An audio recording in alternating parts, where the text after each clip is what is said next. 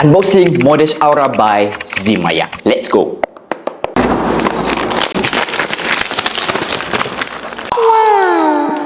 So cantik guys.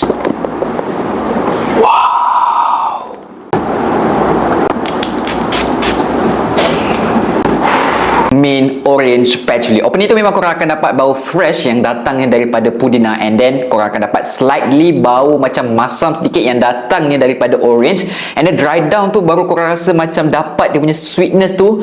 Aku rasa macam ada bau caramel sedikit dekat dalam perfume ni. Perfume ni dia sangat sesuai kalau kata korang nak pakai pergi dinner ke, lepas tu ada majlis yang special ke. Dan korang bayangkan korang tu tengah pakai tuxedo warna hitam, lepas tu korang pakai black tie.